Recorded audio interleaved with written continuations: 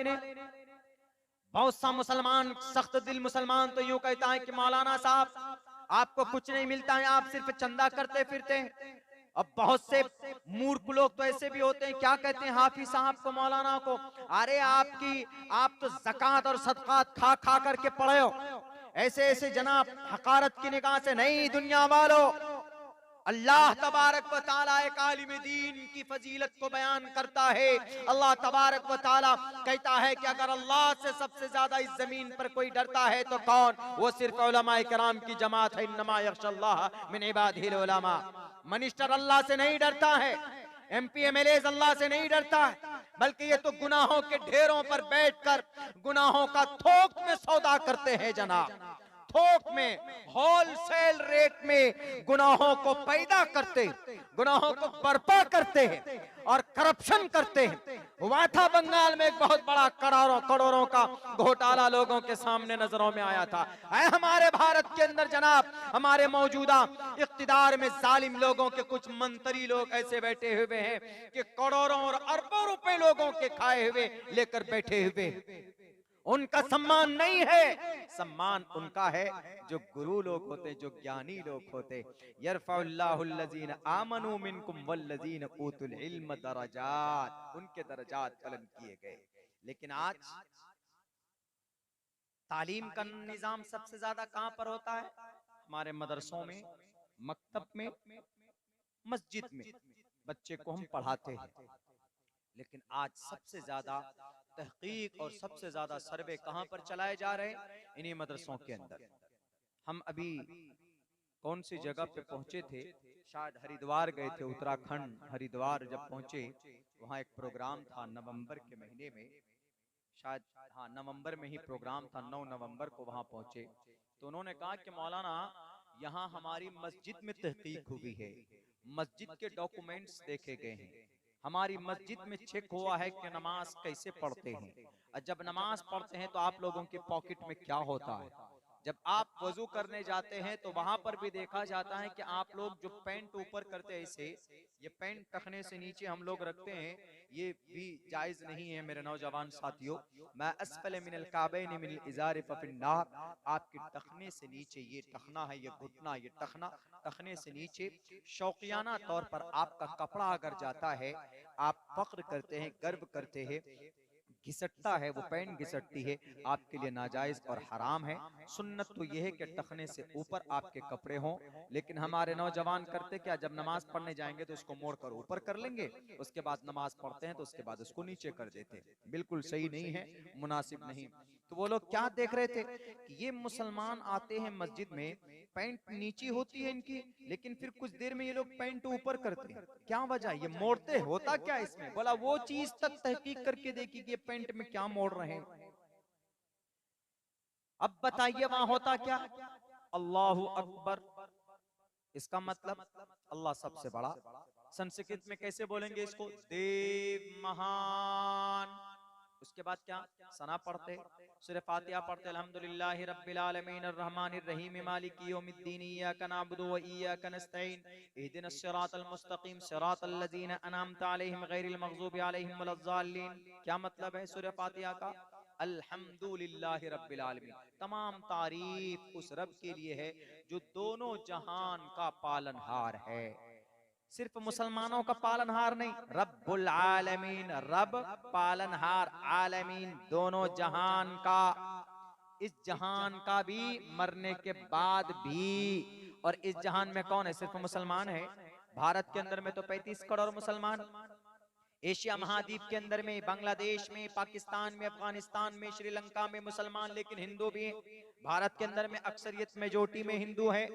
तो क्या अल्लाह तबारक व तआला हिंदू को नहीं पाल रहे? क्या अल्लाह तबारक व तआला उनको रोजी रोटी नहीं देते? सबको देते।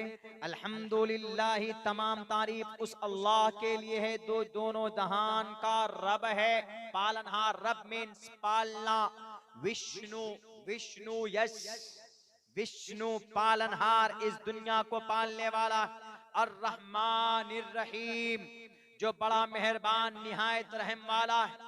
मालिकी यौमिद्दीन, जो कयामत के दिन का मालिक है, यौमे जजा का मालिक है। The day of judgement, judgement का दिन, फैसले के दिन का मालिक है।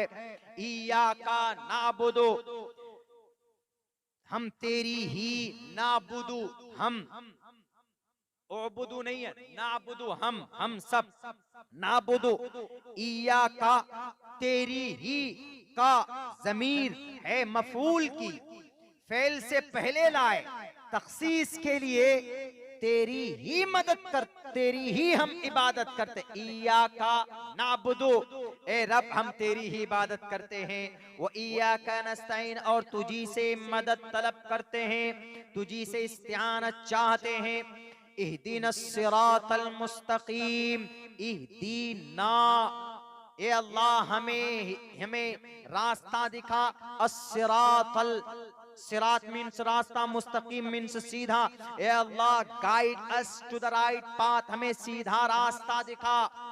सिरातल लजीना अनअमता अलैहिम, उन लोगों का रास्ता जिन पर आपकी नियामतों की बारिश हुई है।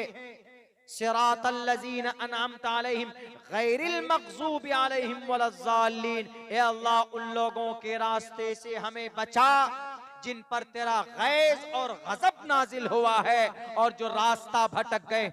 बताओ सूरह फातिहा का कोई और मतलब है? भारत के अंदर विद्वान, मसनूई और डुप्लीकेट विद्वान लोगों, तुम्हारी टीम के अंदर, एनआईए के टीम में अनपढ़ गवार लोग बैठे हुए, उन्हें अल्लाहु अकबर के माने का मालूम नहीं है। राइट टू एजुकेशन उठाकर देख लो भारत के संविधान का। अनपढ़ गवार आदमी एसपी बना बैठा है, डीएसपी बना बैठा है, डीएम एसडीएम बना बैठा है, वो अपना इंट्रोडक्शन सही ढंग में नहीं कर पाता है। ऐसे लोगों को कुर्सियों इख्तिदार पर बिठाते हो।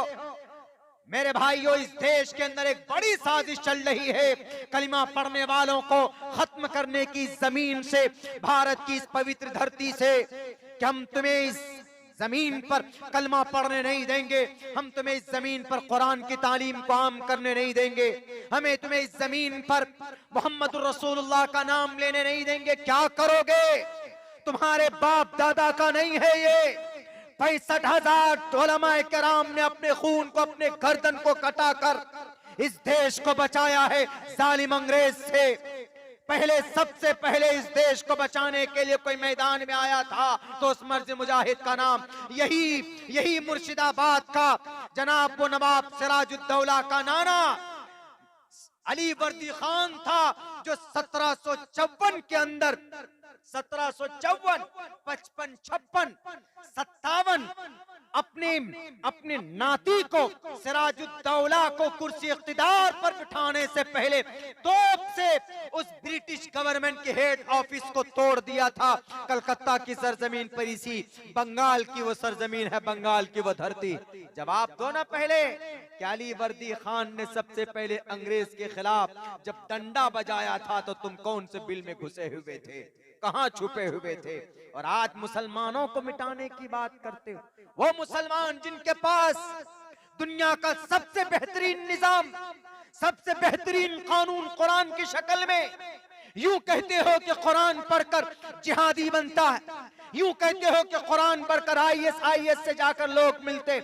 मौलाना अब्दुल रहमान पर यही इल्जाम कि आईएस से मिला हुआ था, दाइश से जुड़ा हुआ था। तुम्हें कोई नहीं सच्चा मुजरिम मिलता है, तुम्हें तुम्हारा रियल मुजरिम नहीं मिलता है। तो मासूम लोगों को, जिनके सर पर टोपी होती है, जिनके शक्ल में दाढ़ी होती है, उनके हाथ में हथकड़ी डालकर एनआईए को सौंप देते हो, एनएसए को सौंप देते हो, कभी पॉक्सो लगा देते हो, कभी जनाब उसके ऊपर न मालूम कौन कौन सा कानून और कौन कौन सा एक्ट लगाकर उनको देशद्रोही टेररिस्ट बनाकर उनको जेल के सलाखों के अंदर पेश कर दिया जाता। पूछो भोपाल के एमपी से, प्रज्ञा सिंह ठाकरे, मालिया गांव में बम फोड़ने वाली वो लीडर, वो लेडी, आज उसको टिकट देकर एमपी बनाया। मुजरिमा नहीं है वो, जेल में थी। क्या गलती मौलाना कलीम साहब की, क्या गलती मौलाना अब्दुल रहमान साहब की, क्या गुनाह था मुफ्ती साहब का, क्या गुनाह था मौलाना अंजर शाह बेंगलोरी का, क्या मिला? खालिद नसीम का क्या गुनाह है? उमर खालिद का क्या गुनाह है? इसलिए कि फ्रीडम ऑफ स्पीच हम करते हैं, दो टोक लफ्जों में बात करने की हम भारत के संविधान ने हमें परमिशन दी, और हमारा धर्म भी मना नहीं करता। हमारा धर्म भी कहता है कि हक बात बोलो जालिम बादशाह के सामने, कलिमतु हक़्क़िन इंद सुल्तानिन जाइरिन, जाबिर बादशाह के सामने, जालिम बादशाह के सामने हक की बात करो। आपका धर्म मना नहीं करता और आपका संविधान भी मना नहीं करता। संविधान कहता है कि हक बात कर सकते हो। अगर कोई कुरान को बदनाम करेगा, कोई मदरसे को बदनाम करेगा, अब्दुल्ला सालिम तो एक तालिबे इल्म है, 100 तालिबे इल्म मैदान में आएंगे और तुम्हारी गलत पॉलिसी को खोल कर बताएंगे कि तुम गलत हो, हमारा कुरान गलत नहीं। बताओ आज कोई भी एक कुरान करीम पढ़कर हाफिज कुरान कोई टेररिस्ट बना हो? देश में 6.5 लाख हुफ्फाज पैदा होते हैं हमारे भारत में, 6 लाख एक साल में हुफ्फाज किराम पैदा होते हैं इस वक्त पूरे भारत के अंदर। बताओ इन 6 लाख हुफ्फाज में से कौन दाइश में गया, कौन गया ISIS की पुष्टपनाही करने के लिए? कोई नहीं जाता। कुरान पढ़कर कोई जिहादी नहीं बनता। कुरान पढ़कर कौन बनता? उठाओ तारीख, तुम्हें शक हो कि कुरान पढ़कर जिहादी बनता तो कुरान पढ़ने वाला जाबिर इब्न हय्यान था। दुनिया का सबसे पहला सर्जन, कुरान पढ़कर निकलने वाला अबू मंसूर बगदादी था, जिसने 500 दवाई की खोज की। उनमें से आयुर्वेदिक दवाई भी है जिन्हें ऑर्गेनिक इंडिया बोलते हो। किसने इस दवाई की खोज की? किताबुल अद्वियास एक किताब है जिसमें 500 दवाइयों के नाम है। इन दवाइयों को लिखने वाला कौन? ये 1.5 आंख वाला बाबा हरिद्वार का नहीं, ये बाबा नहीं, ये तो साड़ी पहनकर भागते हुए झूठ बोलते हुए रामलीला के ग्राउंड से, बल्कि आयुर्वेदिक दवाई की खोज और तहकीक करने वाला अगर कोई है दुनिया के अंदर तो उसका नाम अबू मंसूर बगदादी है, कि जो कि मदरसे का पढ़ा हुआ था, जो कुरान पढ़ना जानता था। पूछो यूरोप के अंदर, पूछो लंदन के यूनिवर्सिटी में, Cambridge university, Harvard university, in university, Oxford university से कि तुम जो डॉक्टर बनाते हो तो इस निसाब में, इस डॉक्टरेट के निसाब में अल कानून किताब पढ़ाई जाती है। इस किताब को लिखने वाला कौन?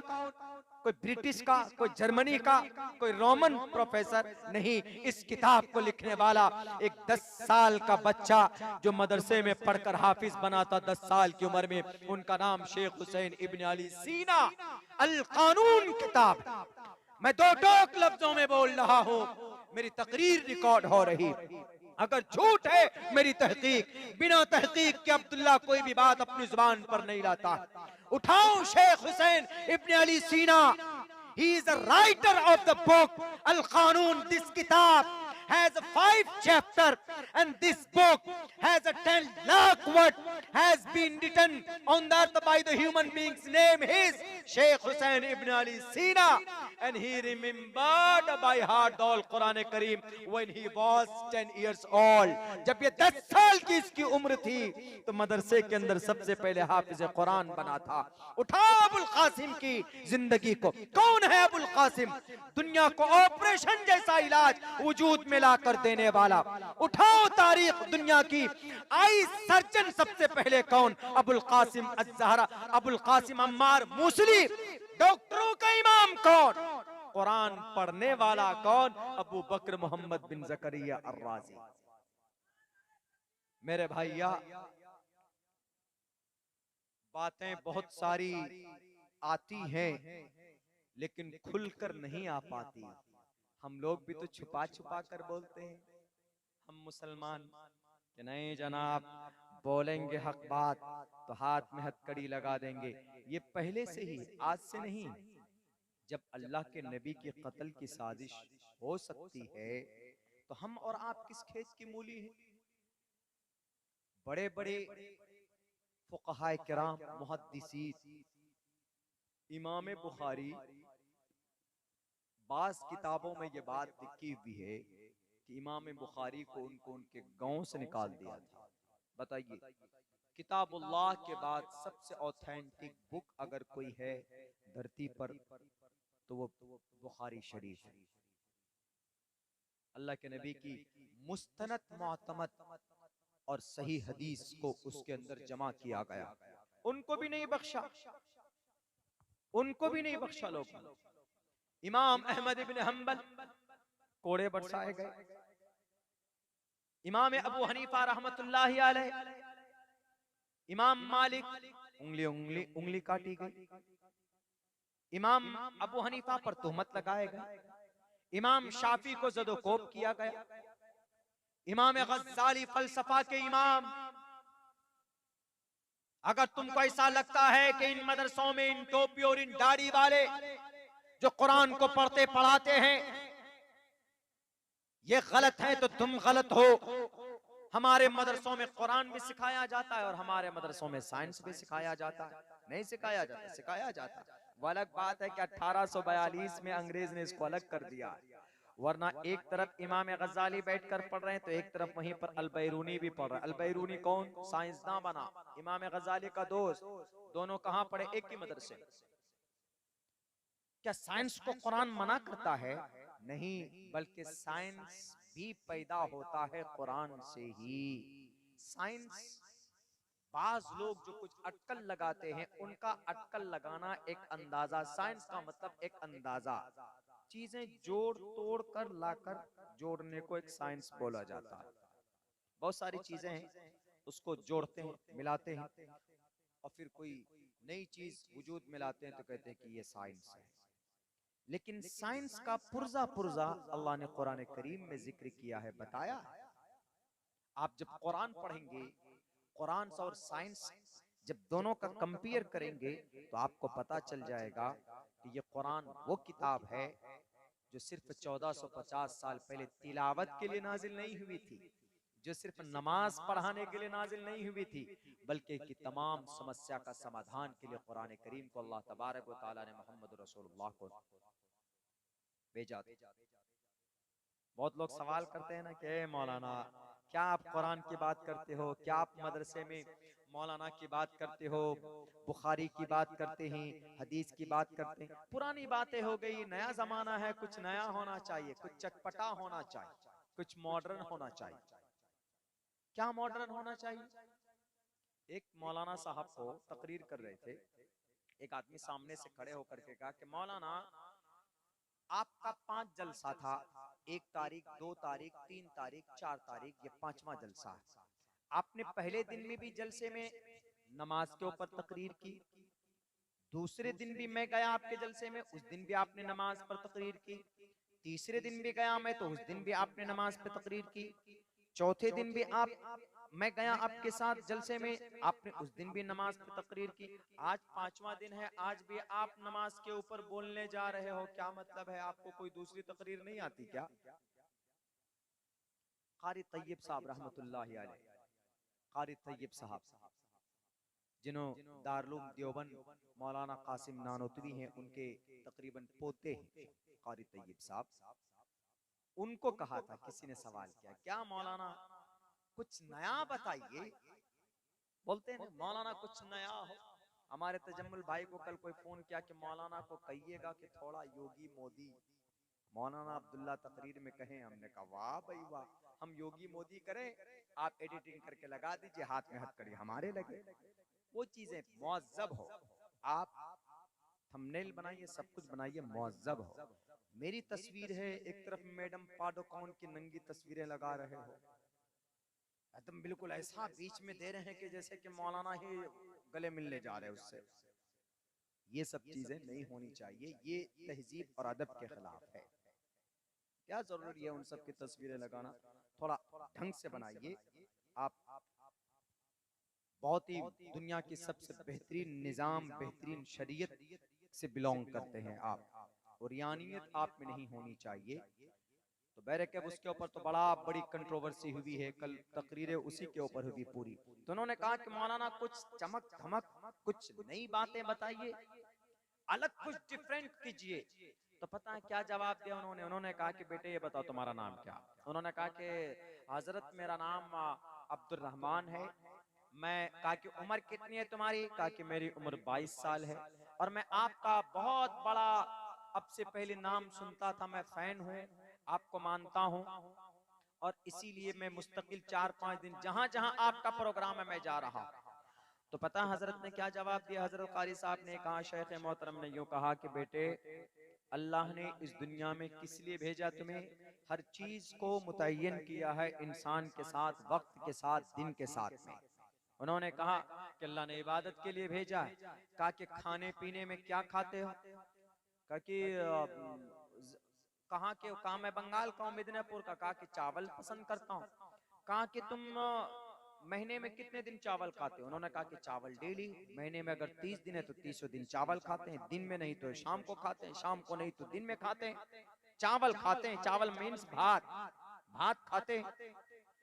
कहा कि अच्छा भात खाते हो, डेली भात खाते हो? कहा हाँ। कहा क्यों भात खाते हो? कहा कि भात खाने के लिए बनाया गया, और कुछ तो नहीं खा सकते ना। भात खाने के लिए अल्लाह ने उनको खाने के लिए ही चुना है, बनाया है। भात खाते हैं या रोटी खाते हैं, खाने के लिए अल्लाह ने उसको मुतय्यन किया तो खाते। कहा कि अल्लाह ने नमाज पढ़ने के लिए मुतय्यन किया तो डेली नमाज नहीं पढ़ेंगे? कहा कि हाँ डेली तो पढ़ेंगे। अब देखिए कारी साहब उसको समझा रहे हैं कि जब अल्लाह ने डेली नमाज पढ़ने के लिए मुतय्यन किया, इन्नस्सलात कानत अलल मुमिनीन किताबम मौक़ूता, तो डेली नमाज पढ़ो। इसमें जो कमी कोताही है हम उस पर लोगों को बता रहे हैं कि जानबूझकर नमाज छोड़ोगे तो कुफ्र के दरवाजे तक पहुंच जाओगे, इसलिए लोगों पाबंदी से नमाज पढ़ो। बोला तो अलग बताइए ना। कहा कि अच्छा तुम ही बताओ, अभी तुम कह रहे हैं कि भाई अल्लाह ने जिस चीज को मुतय्यन किया, तो कारी साहब ने सवाल किया कि तुम बताओ तुम डेली भात क्यों खाते हो, किसी दिन पत्थर क्यों नहीं खाते? तुम बताओ, तुम भी पत्थर खाओ कि नहीं जनाब हम 5 दिन से भात ही खा रहे हैं, आज पत्थर खाएंगे, आज ईंट खाएंगे, आज मट्टी खाएंगे। जो चीज जिस चीज के लिए मुतय्यन की है अल्लाह तबारक, जो चीज जिस काम के लिए मुतय्यन अल्लाह तबारक व तआला ने किया, आदमी उसको करता है, करना पड़ता है। अलग नहीं कर सकते कुछ, हम हटकर अलग नहीं कर सकते कुछ। तो अब ये बताइए, हमारे उलमा जितने हैं, हमारे उलमा किराम मस्जिद मदरसों में रहते हैं, मकतब में रहते हैं, कुरान पढ़ाते हैं, समझाते हैं, उस चीज पर उनका ज्यादा फोकस होता है। 1842 में अंग्रेज आए, अंग्रेज ने आकर के बिल्कुल अलग कर दिया। उन्होंने ये कहा कि लोगों सुनो, दुनिया की सबसे शक्तिशाली किताब कोई है, दुनिया की सबसे ताकतवर निजाम अगर कोई है तो मोहम्मद रसूलुल्लाह के ऊपर जो किताब नाजिल हुई वही है। कहा कि कैसे? ये तो कुछ दिनों के बाद ये किताबें बदल जाएंगी, ये भी जैसे बाइबल बदल गया, अहद जदीद बदल गया, मता, मरकस, लोका, यूहन्ना, ये सारी किताबें बदल गई, कुरान भी कुछ दिनों में बदल जाएगा। क्या जरूरत है इसके ऊपर इतना दिमाग खर्च करने की, इतने पैसे खर्च करने की? तो पता उसने क्या कहा? उसने कहा कि नहीं, ये किताब कभी न पुरानी हो सकती है और न ही कभी इसका निजाम बदल सकता। कहा कि सुनो, एक बात याद रखो, पढ़ो बाइबल को। जब तौरात हजरत मूसा अलैहिस्सलाम को अल्लाह तबारक व तआला ने उनको दिया, नाजिल किया, तो अल्लाह तबारक व तआला ने मूसा अलैहिस्सलाम से यूं कहा कि मूसा, ये किताब, ये शरीयत मैं तुमको दे रहा हूं, लो पढ़ो, पढ़ाओ, समझाओ, लेकिन इसकी हिफाजत करते रहना, इसकी देखभाल करते रहना, इसमें तब्दीली ना हो जाए, इसमें कुछ बदलाव ना हो जाए, इसमें तुम्हारे एमपी एमएलए, तुम्हारे बादशाह, तुम्हारे लीडरान इसको जलाएंगे, इसको खत्म करेंगे, इसको बदलेंगे, इसके अहकामात के अंदर तब्दीली करेंगे, जरा केयर करना, इसको देखभाल करते रहना।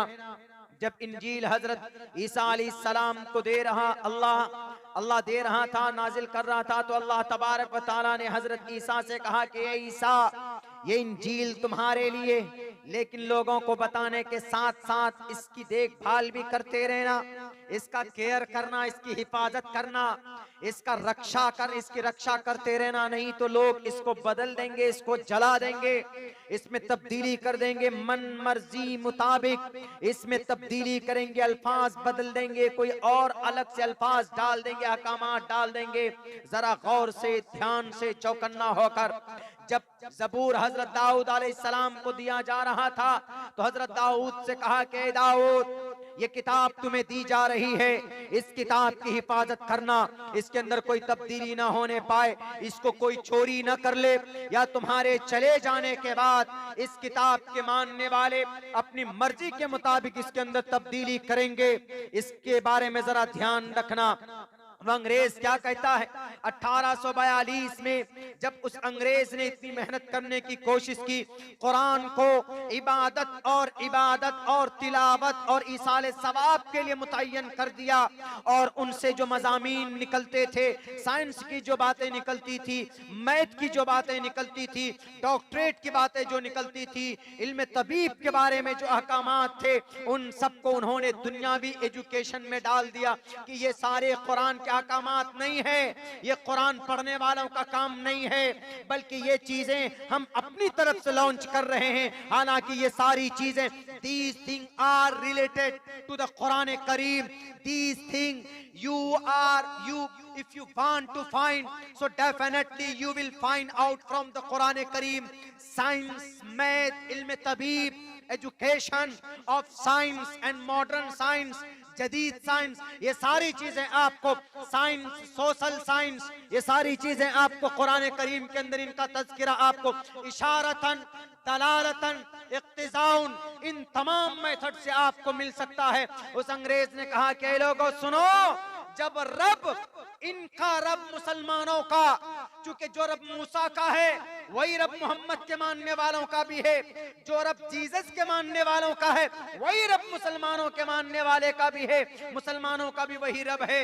तो वो रब पता है जब कुरान नाजिल कर रहा था तो क्या कहा था मोहम्मद रसूलुल्लाह से, जब कुरान नाजिल हो रहा था, हजरत जिब्राइल लेकर आते थे तो अल्लाह के नबी जल्दी जल्दी पढ़ते, इन्ना अलैना जमअहु व कुरआन ला तुहर्रिक बि लिसानक लिताजल बि, अल्लाह के नबी जल्दी जल्दी पढ़ते थे, कहीं भूल न जाए, कहीं कोई आयत छूट न जाए, कहीं रह न जाए, जल्दी जल्दी पढ़े। तो अल्लाह के नबी अलैहिस्सलाम को अल्लाह तबारक व तआला ने वही की, ला तुहर्रिक बिही लिसानक लिताजल बि, ऐ मोहम्मद जल्दीबाजी मत करो कुरान पढ़ने में, आराम से पढ़ो, तरतील के साथ पढ़ो। ये कुरान क्यों, इसका जमा करना मेरे जिम्मे, इन्ना अलैना, मेरी जिम्मेदारी, it's my responsibility to assemble, मेरी जिम्मेदारी इसको जमा करना, टू कलेक्ट, इसको जमा करना, इसको एक साथ रखना आपकी जिम्मेदारी नहीं है। ऐ मोहम्मद, मैंने तौरात मूसा को दिया पढ़ने के लिए, अमल करने करवाने के लिए, लेकिन हिफाजत की जिम्मेदारी मूसा को दी, तौरात जबूर दिए ईसा दाऊद को संभालने की जिम्मेदारी दी, लेकिन ऐ मोहम्मद मैं कुरान तुम पर नाजिल कर रहा हूं, और इस कुरान की हिफाजत, इनके अहकामात की हिफाजत और कुरान के अल्फाज की हिफाजत तुम्हारे जिम्मे नहीं है। ऐ मोहम्मद रसूलुल्लाह, इस कुरान की हिफाजत की जिम्मेदारी मेरे जिम्मे है। जैसे बाइबल बदल दिया गया, तौरात बदल दिया गया, जबूर बदल दिया गया, इंजील बदल दिया गया, लेकिन कोई माए का लाल कुरान नहीं बदल पाया। क्यों? क्योंकि कुरान का मुहाफिज कौन? अल्लाह तबारक व तआला है। कुरान को कोई नहीं बदल सकता, उसके मज़ामीन को भी कोई नहीं बदल सकता, उससे जो मज़ामीन निकलते हैं उससे भी उसको भी कोई नहीं बदल सकता। अहकामात, जैसे भी तलाक का मसला है, या कहीं कहीं नमाज का मसला है, अजान का मसला है, वजू का मसला है, विरासत का मसला है, लेन देन का मसला है, तिजारत का मसला है, सूद का मसला है, हराम हलाल का मसला है, निकाह का मसला है, अगर कोई इसमें बदलने की कोशिश करेगा तो गोया कुरान के हुक्म को बदलने की कोशिश कर रहा है। और अल्लाह क्या कह रहा है कि कोई माए का लाल कुरान को नहीं बदल सकता। क्यों? वो किताबें बदल गई, तौरात बदला हुआ, देख लीजिए आपको तौरात नहीं मिलेगा, तौरात और इंजील दोनों को मिला करके बाइबल बनाया गया, बदला हुआ, एकदम बदला हुआ। बाइबल पढ़िए, ब्रिटिश बाइबल पढ़िए, अमेरिकन बाइबल पढ़िए, जमीन आसमान का फर्क है। लेकिन कुरान चाहे ब्रिटिश पढ़ लीजिए चाहे अमेरिकन कुरान पढ़ लीजिए, आपको कोई फर्क, एक नुक्ता एक जबर का कोई फर्क आपको नहीं मिलेगा, बिल्कुल नहीं मिलेगा। ये दुनिया की वाहिद किताब। पता फिर उसने क्या कहा? उसने कहा कि मौलाना कोई नई चीज होनी चाहिए, क्या कुरान कुरान की बात तब पता 1842 में उस शख्स ने कहा कि ये कुरान कोई, तुम ये जो समझ रहे हो ना कि ये कुरान पुरानी किताबें जैसे बदल दी गई, कुरान भी बदल दिया जाएगा, कभी नहीं बदला जा सकता कुरान। पहली बात तो ये कुरान फाइनल संविधान है अल्लाह का। अल-यौमा अकमलतु लकुम दीनकुम व अतममतु अलैकुम निअमती व रज़ीतु लकुमुल इस्लाम दीना इन्ना अलैना जमअहु व कुरआना इन्ना नहनु नज़्ज़लना ज़िक्र व इन्ना लहु लहाफ़िज़ून। और मोहम्मदुर रसूलुल्लाह ने कहा भी अना खातिमुन नबिय्यीन ला नबिय्य बादी, मेरे बाद कोई नबी नहीं है। अल्लाह की तरफ से जो वही जो पैगामात आए बिल्कुल स्ट्रॉन्ग है, आखिरी है, लास्ट है, कोई तब्दीली नहीं, कोई कमी बेशी उसमें नहीं। मैं आखिरी नबी हूँ, कोई नबी भी नहीं आने वाला कि नहीं बाद में मेरे बाद कोई नबी आएगा तो उसको उसके जरिए से कोई और पैगामात आएंगे, बिल्कुल नहीं। अना खातिमुन नबिय्यीन। संस्कृत में यजुर्वेद में एक मंत्र है, कहा गया यज्ञमाहा यज्ञमा, यज्ञम पहले अम्र है, यज्ञम जैसे अरबी में पढ़ते हैं उबुदू रब्बकुम, मतलब अपने रब की इबादत करो। अम्र है, अम्र, अम्र मीन्स ऑर्डर है, अम्र ऑर्डर। अकीमुस्सलाह, अकीमू ऑर्डर है, अकीमू अस्सला नमाज पढ़ो, नमाज कायम करो, ऑर्डर है। ऐसे ही यज्ञमा पर छुछाम यवम सतदतु तो निबोस्ति कबरितम पूर्वियम गतम कस्तद्दि, पूर्वियम गतम जो तुम्हारे पूर्वज से चला आ रहा है, पहले से जो चला आ रहा है। यज्ञमा पर छुछाम यवम सतदतु तो जो सच्ची बातें वो लेकर आ रहा है। और आखिरी तरीक़े इबादत अल्लाह के नबी की बताए जो तरीक़े इबादत, हम लोग जो नमाज पढ़ते हैं, हम लोग ज़कात देते हैं, रोजा रखते हैं, तरीक़ा किनका है? ऑर्डर अल्लाह का, लेकिन तरीक़ा किनका है? मोहम्मद रसूलुल्लाह सल्लल्लाहु अलैहि वसल्लम का। क्या बताया? यही चीज इस मंत्र में बताई गई। यज्ञम पर चुचाम यमम सतदतो तो निबोस्ति कवरितम पूर्वियम गतम कस्तद्दि विभारतीय। दुनिया वालों, आखिरी तरीक़े इबादत बताएगा, उसी तरीक़े इबादत पर इबादत करो। यज्ञम इबादत करो, यज्ञ, यज्ञ, यज्ञ मीन्स बोलते हैं ना कि आज यहाँ यज्ञ हो रहा है, ये नेताजी के घर में हादसा हो रहा हुआ तो यज्ञ कर रहा है। यज्ञ, यज्ञ का मतलब इबादत करना, यज्ञ का मतलब जिक्र करना। यज्ञ, यज्ञम पर चुचाम एवं यज्ञ, इसी से यज्ञ से है योगी। उत्तर प्रदेश वाला योगी नहीं, योगी मीन्स इबादत गुजार। यज्ञम पर छुछाम एवं, वो तो बाद में सीएम बने ना, लेकिन पहले तो योगी थे।